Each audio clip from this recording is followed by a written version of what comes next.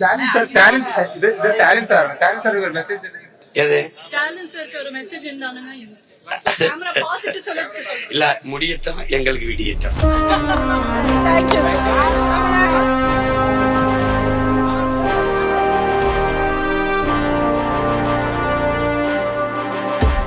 When I first looked at Tamil Nadu, I expected something very different. An ancient land of history and pride. A place like this could be leading, but when you look closer, something's not quite right. And everywhere you look, people are raising their voices. These are not small issues, they're questions about land, water, and life itself.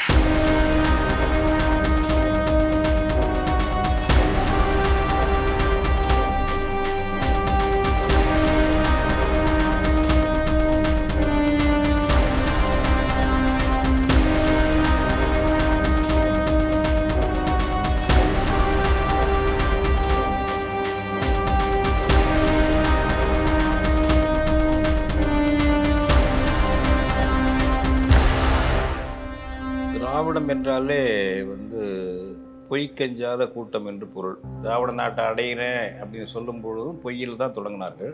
இப்போ ஆஃப்லைட் தமிழ்நாட்டில் என்ன நடந்திருக்குன்னு பார்த்தோம்னா, எல்லாம் ஒரு விதமான ஒரு media management இங்க நடந்துட்டு இருக்கு. திராவிடியன் மாடல் அப்படின்றது ஒரு கேட்ச்வேர்ட்.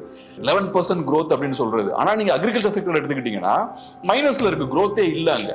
இங்க வெறுமனே நம்பரை காட்டுறது, ப்ரொபகண்டா கேம்பெயின் ரன் பண்றது, ஒரு மீடியா நரேட்டிவை செட் பண்றது, அதுலதான் முக்கியத்துவம் கொடுக்குறாங்க. ஸோ இந்த திராவிடியன் மாடல் அதோட ஒரு ப்ராடக்ட் தான். முனைவர் பட்டம் பெற்ற பிள்ளைகள், முதுகலை பட்டம் பெற்ற பிள்ளைகள், முதுகலை அறிவியல் படித்த பிள்ளைகள், அந்த தொழிற்கல்வி படித்தவங்க, ஐஐடி படித்தவங்க, ஐடிஐ படித்தவர்கள், இது மாதிரி பாலிடெக்னிக் படித்தவர்கள் எல்லாம் வேலை இல்லாமல் அத்துக்கூலிகளுக்கு பல இடங்களில் வேலை செய்கிறார்கள். செவிலியர்கள் அதுபோல் இப்போ அந்த பிள்ளைகளும் போராடினாங்க. 12,000 15,000 ரூபா வேலைக்கு செவிலியர்களுக்கு, அவங்களுக்கு உரிய சம்பளம் கொடுக்கல. ஆசிரியர்களுக்கு, பள்ளிக்கூட ஆசிரியர்களுக்கு உரிய சம்பளம் கொடுக்காம அத்துக்கூலியாக வச்சுக்கிட்டு இருக்காங்க. அவங்களுக்கு உரிய சம்பளம் கிடையாது. சாம்சங் போராட்டம் இதை அம்பலப்படுத்தியது. திமுக ஆட்சியை மட்டுமல்ல, சிபிஎம் கட்சியையும் அம்பலப்படுத்தியது, கூட்டணியில் இருக்க கட்சியை அம்பலப்படுத்தியது. அந்த போராட்டம் நடக்கும்போது ஸ்டாலின் அரசு யார் பக்கம் இருந்தது? வெளிநாட்டு கம்பெனி பக்கம் தான் இருந்தது, முதலாளி பக்கம் தான் இருந்தது. ஒரு தொழிற்சங்க உரிமையே இல்லை. இப்போ ஒரு பெண்களுக்கு ஒரு 1000 ரூபாய் மாதம் செலவு பண்ணக்கூடிய வசதி இல்லை, நான் கொடுக்குறேன்னு சொல்லி ஆரம்பிச்சேன்னா நீ எவ்வளோ தூரம் கன்ஃபெஷன் ஸ்டேட்மெண்ட் இல்லையா? இது ஏற்கனவே 50% ஆஃப் த பட்ஜெட் சேலரி பென்ஷனுக்கு போகுது. மிச்சம் இருக்க 50% ஆஃப் த பட்ஜெட்டை வச்சு தான் நீங்கள் நலத்திட்டங்கள் 39 டிபார்ட்மெண்ட்டை வச்சு 30 டிபார்ட்மெண்ட்டுக்கு செய்யணும். அதுலேயே 1 லட்சம் கோடி கடன் வாங்கி தான் செய்ய வேண்டிய சூழல் இருக்குது. 12 லட்சம் கோடி கடன், அதுக்கு வட்டி கொடுத்துக்கிட்டே இருக்கீங்க. இப்படி திவாலாக்கி வச்சுருக்கீங்க 2 பேரும் சேர்ந்து தமிழ்நாட்டை. மக்கள் வாழ்க்கையை திவாலாக்கி வச்சுருக்கீங்க. ஸ்டாலின் கொள்கைக்கு எடப்பாடி பழனிசாமி கிட்ட என்ன மாற்று கொள்கை இருக்குது? ரெண்டும் ஒருகரு ரிட்டையர்கள் மாதிரி ஒரே ஒரு கொள்கை தான். நாட்டை திவாலாக்கி குட்டிச்சி வரைக்கும் வச்சுருக்கீங்க. தமிழன் தமிழச்சி குடும்பங்களை ஓட்டாண்டி ஆக்கியவர்கள் யார்? திமுக அதிமுக. 67 நீங்கள் ஆட்சி பண்ணுறீங்க, திமுக அதிமுக. அந்த பெண்களுக்கு ஒரு 1000 ரூபா பணம் கூட ஒரு மாத்தைக்கு செலவு பண்ண வசதி இல்லைன்னா நீ கொடுத்த 1000 ரூபா, இப்போ 2000 ரூபாங்கிறீங்க. அந்த நிலையில் வைத்தவர்கள் யார்?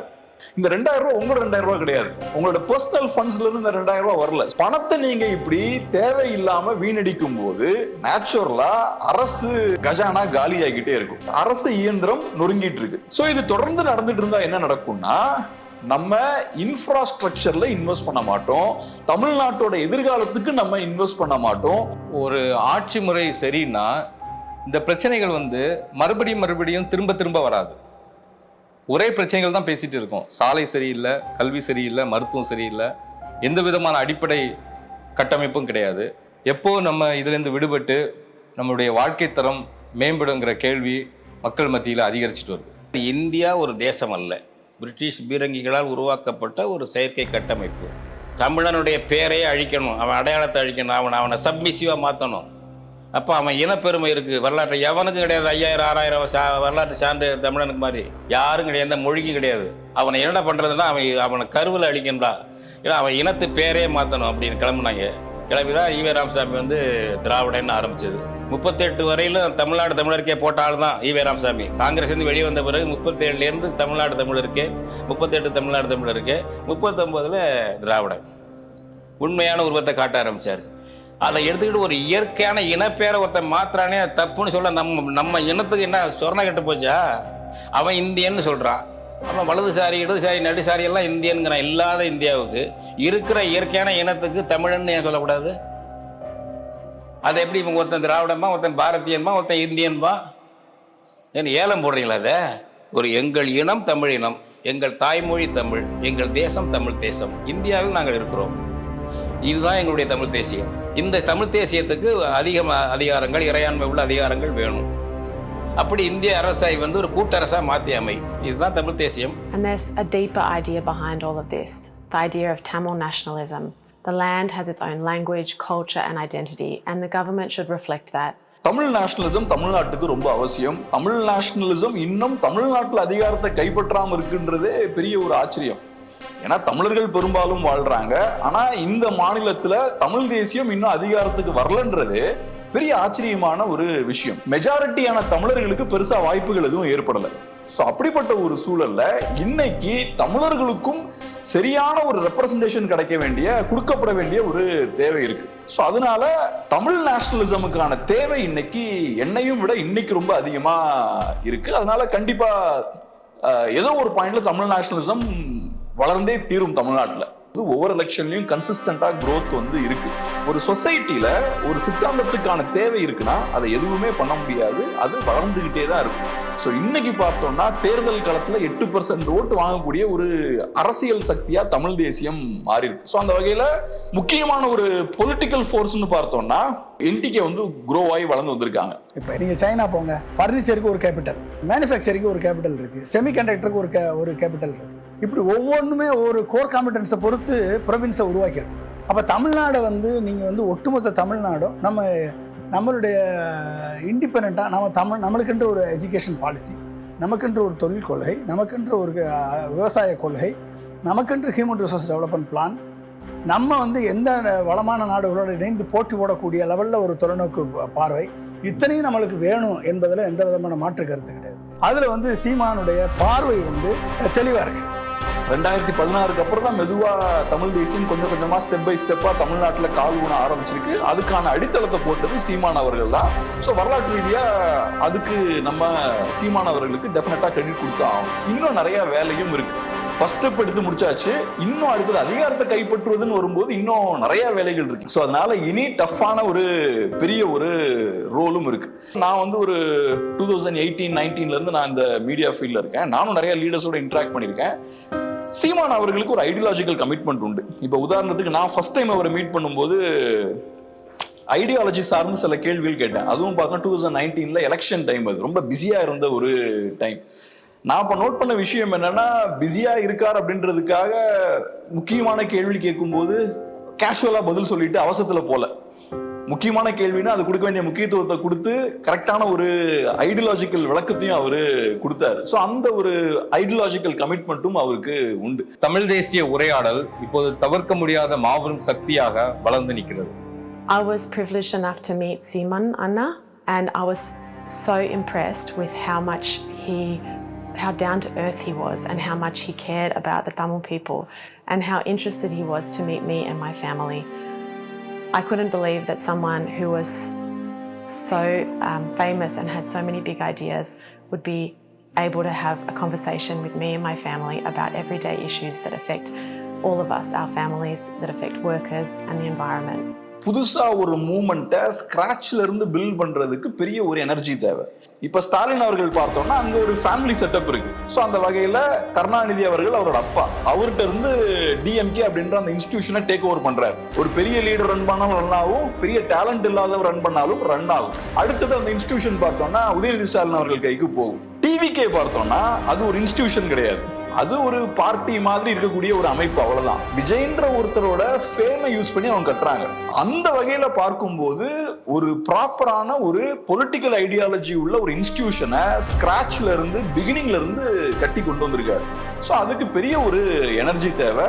யாரோடையும் என்டிகே இது வரைக்கும் கூட்டணி வைக்கல. தமிழ்நாட்டுல கூட்டணி வைக்காம ஒரு கட்சி இருக்குன்னா அது ரொம்ப கஷ்டமான ஒரு விஷயம். ஒரு எலெக்ஷன் முடிஞ்சாச்சுனாலே அதுக்கப்புறம் நிறைய அழுத்தம் இருக்கும். ஸோ அதனால இதெல்லாம் மீறி நிறைய எலெக்ஷன்ஸ் கூட்டணி வைக்காம என்டிகே கண்டினியூஸா போறாங்கன்னா அதுவும் பார்த்தோம்னா காம்ப்ரமைஸ் ஆகாம இருக்காங்க, கன்சிஸ்டன்டா ஒரே ஸ்டாண்ட்ல அவங்க இருக்காங்க. இது வரலாற்று முக்கியத்துவம் வாய்ந்த ஒரு வேலை. இதை சீமான் அவர்கள் செஞ்சிருக்காரு. இந்த தேர்தல் அரசியல் இப்படி பேசக்கூடிய ஆள் யார் இருக்கா? ஒரு பகிரங்கமா நம்ம தமிழ் இனத்தை சொல்லி பேசுறது இது வரைக்கும். இப்போ நான் உங்களுக்கெல்லாம் நீங்கள் இளைஞர்கள் பல தேர்தலில் பார்த்துருக்கோம்ல, இந்த மாதிரி வரும்போது ஒரு வித்தியாசமாக நமக்கு தமிழ் தேசிய அரசியலை பேசும்போது அவர்களை நம்ம ஆதரிக்கணுங்கிறது தானே சரியானது. சீமான் வந்து ஒரு உண்மையிலேயே ஒரு தனித்திறன் பெற்றவர். அவர் வந்து அவருடைய பேச்சு திறன் தான் அவருடைய பலம், அவருடைய ஞாபக சக்தி. மாற்று சிந்தனை உள்ள ஒரே கட்சி நாம் தமிழர் கட்சி தான். மாற்று சிந்தனையை மக்கள் மத்தியில் தெளிவாக கொண்டு போய் சேர்க்கக்கூடிய ஒரே ஒரு தலைவராக நாம் தமிழர் சீமான் மட்டும்தான் இருக்கார். வரும் தத்துவம் மட்டுமே வந்து ஒரு வளர்ச்சியை தராது. ஒரு மிகச்சிறந்த தலைமை பண்பு வேணும். அப்படி உள்ள மிகப்பெரிய ஒரு தலைமை பண்பு கொண்ட ஒரு தலைவர் அண்ணன் சீமான் அவர்கள். அவருடைய செயல்பாட்டு வரைவை நான் ஃபுல்லாக பார்த்தேன். 49 ஸ்கீமு 480 பக்கம் கொண்ட ஒரே ஒரு தேர்தல் அறிக்கை நாம் தமிழர் கட்சியினுடைய செயல்பாட்டு வரைவு தான் இருக்கு. இதை எப்படி செயல்படுத்துவோம், இதனுடைய கொள்கை என்ன, நோக்கம் என்ன, உலக நாடுகளோட கம்பேர் பண்ணி நான் வந்தால் எப்படி செயல்படுத்துவேன் அப்படின்றத டீட்டெயிலாக வந்து எக்ஸ்பிளைன் பண்ணியிருக்காங்க ஒவ்வொரு subjective. An issue that's very close to my heart is the issue of women's rights. And unfortunately, the status of women's rights in Tamil Nadu is not where it should be in 2026. Women are still fighting for basic security, for equal pay, and just being treated as vote banks instead of leaders that they are. However, when you look at the NTK 2026 roadmap about how Seeman Anna talks about women, it's amazing. It's not just about protection, it's about empowerment. They have 50% of women representation in their party, not to mention gender diversity and trans candidates. This is truly a level of inclusivity that I don't think I've seen in any other party around the world. Taking violence against women and crimes against women seriously is a very specific focus of Seeman Anna. He's been extremely vocal around protecting women and taking crimes against women very seriously. This roadmap should become a reality and set the standard for countries all around the world. This will be a secure, fearless future for women in Tamil Nadu. NTK இலவசங்களுக்கு எதிராக நிற்கிறது வந்து கரெக்டான ஒரு விஷயம் நான் பார்க்குறேன். அதுபோக வேற சில விஷயங்களும் பேசியிருக்காங்க. குறிப்பாக புது இண்டஸ்ட்ரீஸ் கொண்டு வர்றது, இண்டஸ்ட்ரீஸை ப்ராப்பராக ஆர்கனைஸ் பண்ணுறது, எங்கெங்கெல்லாம் கேப்ஸ் இருக்குன்னு ஐடென்டிஃபை பண்ணி புது வாய்ப்புகளை கிரியேட் பண்ணுறது, இதெல்லாம் பேசியிருந்தாங்க. Decisions should come from people who truly understand this land, the history, the way of life. Governance should not be disconnected from the people. It should be government for the people, by the Tamil people. They've been taking these concerns to international places like the United Nations Human Rights Council and speaking to the world about the genocide of the Tamil people in Sri Lanka. இப்போ இந்த தமிழக வெற்றி கழகத்துக்கும் நாம் தமிழர் ரெண்டு தான் மாற்று கட்சின்னு நீங்கள் எடுத்துக்கிட்டீங்க அப்படின்னா, நாம் தமிழருடைய சிந்தனை, நாம் தமிழருடைய கொள்கை திட்டங்கள், நாம் தமிழருடைய ஆட்சி செயல்பாட்டு வரைவு, இது வந்து எங்கேயோ ஃபார் அஹெட்ல இருக்கு. வேற தமிழக வெற்றி கழகம் டோட்டலாக ஷேலோவாக இருக்கு, ஜீரோவாக இருக்கு. நாம் தமிழருக்கு மேட்சே கிடையாது அடுத்த மாற்று. I know firsthand how passionate Tamil people are about education and how important it is to the culture.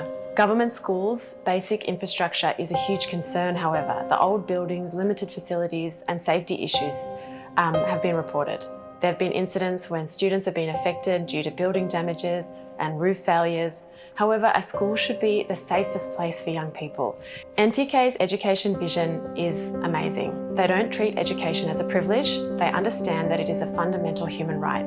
Their core idea is simple: equal, free, quality education for every single child in a real implementation, not just empty promises. Even politicians and officials should send their children to government schools. That idea creates pressure for real improvement in infrastructure and qualities. What NTK is talking about is a reset button for education. Every student can access, no matter where they come from, no matter what their gender is, no matter what their financial background. They get an amazing chance to start life educated. வேற எந்த கட்சியுமே அதெல்லாம் பேசலையே. அதெல்லாம் பேசாம சும்மா 8 gram தங்கம் கொடுப்பேன், இதை ஃப்ரீயா கொடுப்பேன், அதை ஃப்ரீயா கொடுப்பேன், அது ஒரு மேனிஃபெஸ்டோவே கிடையாது. இல்லை, நீங்க மக்களை ஏமாத்திட்டு இருக்கீங்க. இதெல்லாம் பண்றீங்கன்னா உங்களுக்கு கவர்மெண்ட் எம்ப்ளாயீஸ்க்கு சம்பளமே கொடுக்க முடியல. அரசையே உங்களால் நடத்த முடியல. ஆனா நீங்க என்ன பண்றீங்க, ஃப்ரீயா கொடுக்குறீங்க. நீங்க சம்பளம்லாம் கொடுத்துக்கிட்டு உங்ககிட்ட சர்ப்ளஸ் அமௌண்ட் இருந்தா மேபி நீங்க இலவசங்கள் பத்தி யோசிக்கலாம். ஆனா நீங்க இப்படிப்பட்ட ஒரு சூழல் இருந்துகிட்டு இலவசங்களை கொடுக்குறீங்க. அப்ப இலவசங்களுக்கு எதிராக பேசுறதுக்கு ஒரு கட்ஸ் வேணும். The Nam Tamil Kachchi health policies are a vision of dignity, equality and care. They understand that healthcare is a human right and not a privilege. No mother, no child, no elder should ever be denied treatment because of money or distance. For every 30,000 people, an ambulance healthcare station. For every 10,000 people, a comprehensive health centre with X-ray, ultrasound, MRI, ECG capacity. They want to make specialty hospitals in each district with heart, brain, kidney, liver, cancer treatments all under one roof. The families will no longer have to travel miles in desperation. Care will be near, care will be local. இரட்டை இலக்க பொருளாதாரத்தை சஸ்டைனபிளாக ஒரு 10 வருஷத்துக்கு கொண்டு போகணும். அதாவது 15% to 18% GDP growth தமிழ்நாடை பொறுத்த வரைக்கும் வந்தால் மட்டும்தான் நம்ம $1 trillion எக்கனாமியை அடைய முடியும். நீர் மேலாண்மை திட்டம் கொடுத்துருக்காரு, ஃபென்டாஸ்டிக் நீர் மேலாண்மை திட்டம். ஒட்டு மொத்தமாக தடுப்பணைகள்லேருந்து கண்மாய் குளங்கள் ஏரிகளை தூர்வாரி அணைகளை பலப்படுத்தி பண்ணக்கூடிய திட்டம் படித்து பார்த்தீங்கன்னா ரொம்ப ஃபென்டாஸ்டிக்காக இருக்கும், அருமையாக பண்ணியிருக்காரு. இந்த டெய்ரி ஃபார்மிங்கில் மட்டும் கிட்டத்தட்ட 2 லட்சம் கோடி நம்ம வரும். கரெக்டான செக்டாரில் இன்வெஸ்ட் பண்ணோம்னா கிட்டத்தட்ட 1.5 கோடி பேருக்கு நல்ல வேலை வாய்ப்பை கொடுக்க முடியும். 1.5 கோடி பேருக்கு. A sustainable economy relies on workers' rights, the dignity of workers, labour law, minimum wage standards, safety standards, investing in green technology. This is at the heart of the NTK party. They want to invest in villages, invest in technology where people don't have to move to the big city in order to have a career, to have a job, to have a well-paying opportunity. They want to understand jobs that are rooted in local strength, silk, green farming, fisheries, tourism, agro-processing. This is how you build community. இயற்கை வேளாண்மை ஊக்கப்படுத்துங்கிறது அதை லாபமான தொழிலாக தற்சார்பாக செய்யணும் அப்படிங்கிறது அந்த வேளாண்மைக்கு ஒரு முக்கியம். அது மாதிரி மரபு வழி தொழில்களுக்கு முக்கியம். இப்போ நீங்கள் எதாக இருந்தாலும் மரபு வழி தொழில்கள், ஒரு மந்தை மேய்க்கிறாங்கன்னா அது இழிவல்ல, அது மாதிரி ஆடு மாடு மேய்க்கிறது இழிவல்ல, அது மாதிரி ஒரு மரம் ஏறி ஒரு தொழில் பார்க்குறது அது இழிவல்ல என்று நம்ம மரபு வழியான விஷயங்களை அவருக்கு ஒரு பாதுகாப்பு, தொழில் பாதுகாப்பு, அவங்களுக்கு வருவாய் வர்றதுக்கான வாய்ப்புகள், போக்குவரத்து எல்லாம் அவங்க இந்த அறிக்கையில் கூறியிருக்காங்க. அந்த மாதிரி வித்தியாசமான அம்சங்கள் அதில் இருக்குது. அதெல்லாம் பாராட்டுக்குரியது தான். Water is the source of life itself, yet it's being treated by private companies like a private good, not a public collective good. Tamil Nadu receives so much rain, yet why is the water drying up? Why are farmers struggling? மாற்று சிந்தனை உள்ள ஒரே கட்சி நாம் தமிழர் கட்சி தான். மாற்று சிந்தனையை மக்கள் மத்தியில் தெளிவாக கொண்டு போய் சேர்க்கக்கூடிய ஒரே ஒரு தலைவராக நாம் தமிழர் சீமான் மட்டும்தான் இருக்கார். I believe the Nam Tamil Kachchi party can do that for the people of Tamil Nadu. For many years they've been speaking about these ideas, about the Tamil identity, about the protection of land and resources, farmers' rights, fishermen's rights, the protection of the environment for your children and your children's children.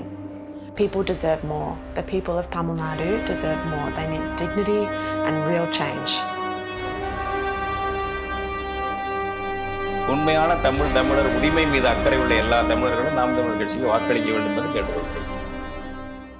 என் மக்கள் எப்படி நினைக்கிறாங்கன்னா, சீனா நல்லா தான் பேசுகிறான், பிள்ளைகளாம் நல்லா தான் சொல்லிடுறாங்க, ஆனால் ஜெயிக்கணும், வரணும், நீங்கள்லாம் வரணும். அம்மா நானா வர முடியாதம்மா, நீங்கள் போட்டால் தான்மா வர முடியுமா, நீங்கள் ஓட்டு போடுங்கம்மா, வந்துடுவோம்.